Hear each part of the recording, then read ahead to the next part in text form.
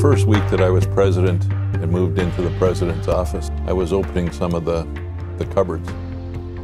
And I found a magazine, our union's magazine from 1967. And I.W. Abel, who was our president then, had an article in that magazine warning the nation of the perils of unfair trade and what it was doing to undermine our basic industries.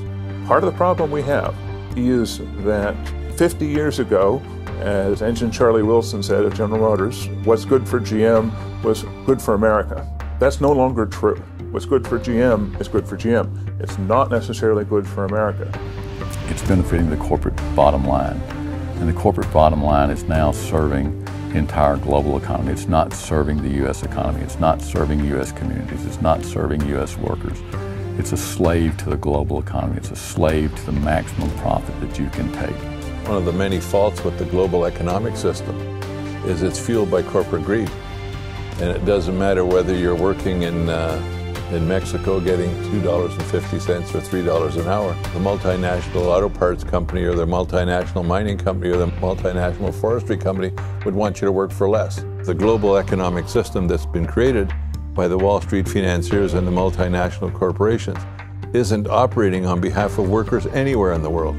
And I think that enforcement of fair trade laws, ending unfair currency manipulation by China and other Asian countries are the key to recovery in manufacturing.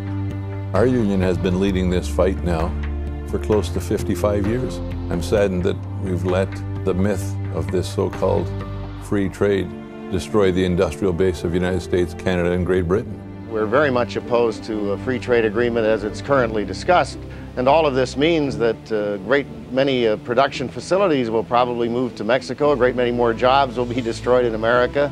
It's not a good idea for American workers. It's not a good idea for Mexican workers. We don't need another NAFTA. We don't need another trade agreement that goes through on fast track. And we're here today. We're here today to tell Congress. We're here today to tell Newt Gingrich. We're here today to tell President Clinton. We don't need another NAFTA. This globalized world we're in is serious business, and they intend to take the jobs that they can and move them, and they invest a lot of money in it, and other countries hire a lot of law firms in this city to make that fight for them. So here we stand every day fighting over jobs that really have kept people and their families sustained in the U.S. When we see the impact of trade on the U.S. economy, there's a corresponding impact on the Canadian economy. And the devastation that occurs in the U.S. occurs simultaneously in Canada. So every time we take on a trade case, every time we take on a fight, I believe we're fighting for both economies. Canada went from having a surplus in trade because it's got a resource-based economy, so even now with the oil and the minerals and the forestry, Canada has a trade deficit with China. Because China and other countries like it in Asia are using a wide range of unfair trade practices, it's really important for the United States to be defending our fair trade laws. We have laws on the books that would ban these kinds of practices and that would penalize countries like China. Unfortunately, in the last 10 or 15 years, U.S. companies have stopped filing complaints about those unfair practices. They're all invested in China. They get the subsidies.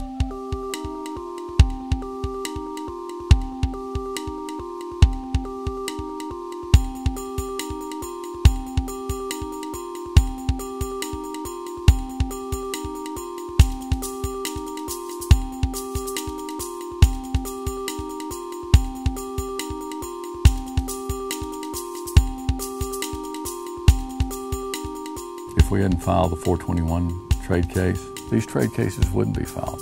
Kind of the poster child for the 421 case was Cooper Tire. Cooper Tire was not too keen about the steelworkers filing a trade case. They publicly opposed it because they could make more money importing tires from China.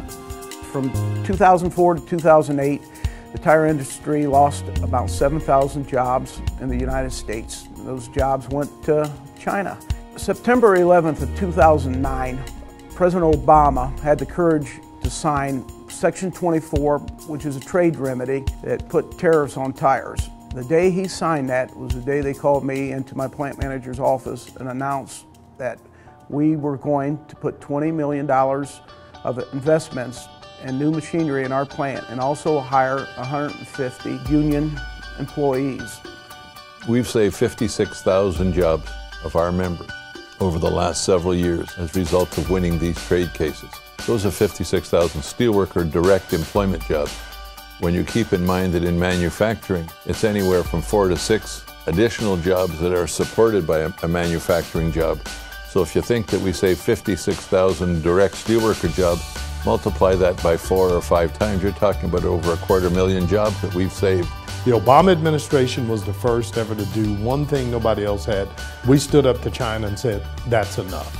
And we imposed a tariff on their tires coming in here. What we're most proud of, I think, in this administration, what it has really credentialed us from others, we are much more aggressive about enforcing our rights and the rights of our workers than I think previous administrations.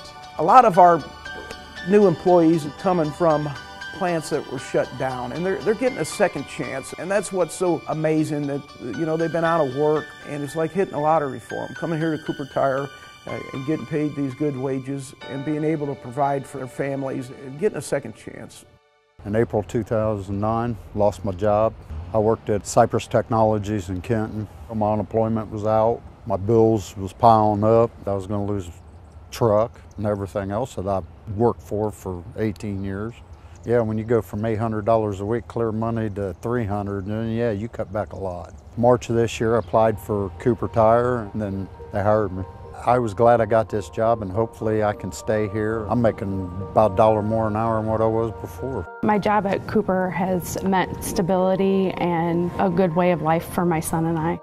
I take time to be active in the union because it's my way of giving back to the steelworkers. If it wasn't for the union, I strongly believe I wouldn't have the good wages that I have and be able to maintain the quality of life that we've had. I can say this, if anybody does not believe that their union dues goes for a good cause, let them come here to Findlay, Ohio. Let them come and walk through our parking lot and see the people coming into work that's getting good union wages and benefits, and taking that money that they're making and spending it in the local economies, and in return our communities prospering because of that. If there's any disbelief at all, let them come here to Findlay, Ohio, because this is the way it should be done. The cases that we do here don't just touch on steel products. We've recently concluded one on aluminum extrusions, we've done them on uranium, we've done them on paper, we're looking at cases on glass. So as our union is diverse, so is our interest in our battles here on trade, and they touch every one of our major sectors. If our union didn't get aggressive about pursuing trade cases, there wouldn't be a significant coated paper industry in the United States right now. It'd be gone, and gone with it would be all of the high-paying manufacturing jobs that went along with that industry, and all of the jobs downstream as well. We literally saved tens of thousands of jobs by proactively engaging in trade cases in the paper sector. There are a number of major cases we've taken on that, frankly, American business was reluctant to take a lead because they're invested, whether it's in China or Japan, and in many cases, it's the steel workers, the AFL-CIO, that have done the research, found the abusive behavior, whether it's China or other countries, and brought it to our attention. The steelworkers have always been a fighting union. We don't ever stop. As I said, we're a small office, but you never know it from what you hear on Capitol Hill. I think the steelworkers are really at the cutting edge of American industry and the American labor movement in terms of enforcing fair trade laws. Their work is essential to helping the U.S. manufacture and recover.